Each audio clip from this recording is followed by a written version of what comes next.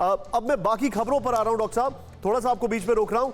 और कोरोना के खिलाफ लड़ाई में भारत के साथ आया अमेरिका। इस वक्त की बड़ी खबर, कोरोना वैक्सीन के लिए कच्चे माल की सप्लाई करेगा अमेरिका। मनीष झा के पास मैं आ रहा हूं। वैक्सीन बनाने वाली कंपनियों को फंड देने के लिए भी तैयार हुआ अमेरिका।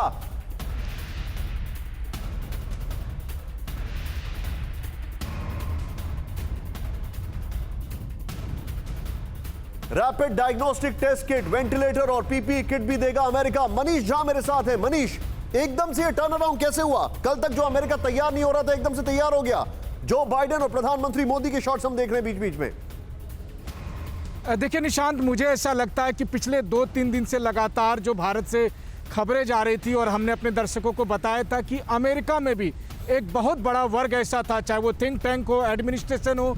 मुझे याद है कि यूएस के तमाम कांग्रेसमैन, चाहे वो राजा कृष्णमूर्ति हो या फिर दूसरे और लोग हैं, डॉक्टर आशीष झा जैसे लोगों ने भी लगातार अमेरिकी सरकार पर यह दबाव बनाया कि भारत ने किस तरह से हमें मदद की थी, आज की तारीख में हम भारत को नहीं छोड़ सकते हैं। देखिए, न्यूयॉर्क टाइम्स की तमाम कवरेज को लेकर भी हम कई बार आलोचना करते हैं, लेकिन अब यह भी कहा जा रहा है कि शायद इन सब का एक बड़ा व्यापक असर पड़ा जब अमेरिकी प्रशासन भी हिल गया और इसी बीच में भारत सरकार के साथ जो उनका कम्युनिकेशन हो रहा था।